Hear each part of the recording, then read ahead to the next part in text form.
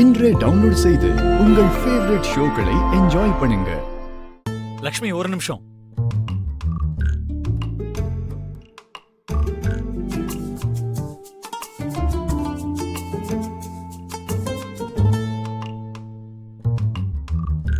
என்ன விஷயங்க? எனக்கு அவார்ட் கிடைச்சதுக்கு கங்க்ராட்ஸ் பண்ணேன், ஹாப்பியா ஃபீல் பண்ணேன். அதை தாண்டி உனக்கு என்கிட்ட வேற எதுவும் கேட்கணும்னு தோணலையா? என்ன கேட்கணும்? இதுல கேக்குறதுக்கு என்னங்க இருக்கு?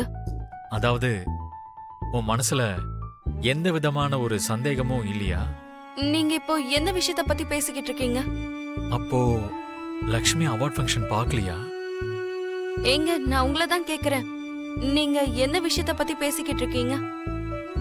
நான் அவார்ட் வாங்கும்போது நீ எங்க இருந்த? நான் உங்க கூட தானே இருக்கேன்.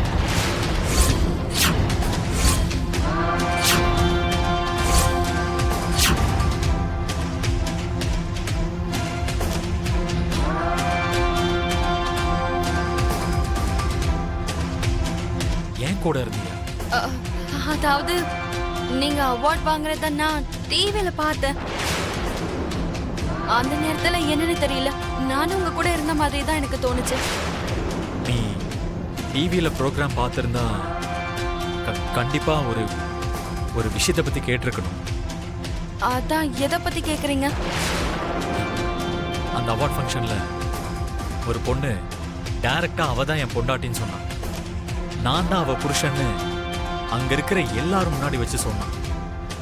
அந்த விஷயத்தை பத்தி நீ ஒரு வார்த்தை கூட கேட்கலையே.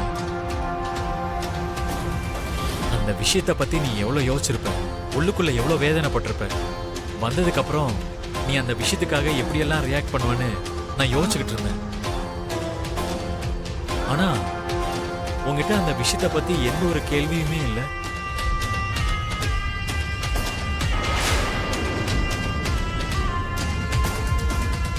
அந்த நேரத்துல உங்க பக்கத்துல இருந்தது நான் தான். என் புருஷனை இந்த உலகத்துக்கு நான் சொன்னேன். இதுல கேள்வி கேட்கறதுக்கு என்ன இருக்கு? லக்ஷ்மி, என்ன ஆச்சு? அந்த பொண்ணு என்ன பண்ணான்றது ஒரு பக்கம் இருக்கட்டும், எதுக்காக அப்படி பண்ணாங்கிறது தான் முக்கியம். அந்த நேரத்துல உங்களை தான் சொந்தமாக்கிக்கணும்னோ, உங்களை தன்னோட வலையில விழ வச்சுக்கணும்னோ அந்த பொண்ணு அப்படி ஒரு வார்த்தைய சொல்லல. அவ்வளவு பெரிய ஃபங்க்ஷன்ல எங்க நீங்க அவமானப்பட்டுருவீங்களோன்னு, கிடைக்க வேண்டிய அவார்ட் எங்க கிடைக்காம போயிருமோன்னு உங்களை பத்தி யோசிச்சு அப்படி ஒரு முடிவெடுத்து பேசியிருக்கா. உண்மையை சொல்லணும்னா அந்த தைரியத்தை பாராட்டணுமே தவிர சந்தேகப்படக்கூடாதுங்க.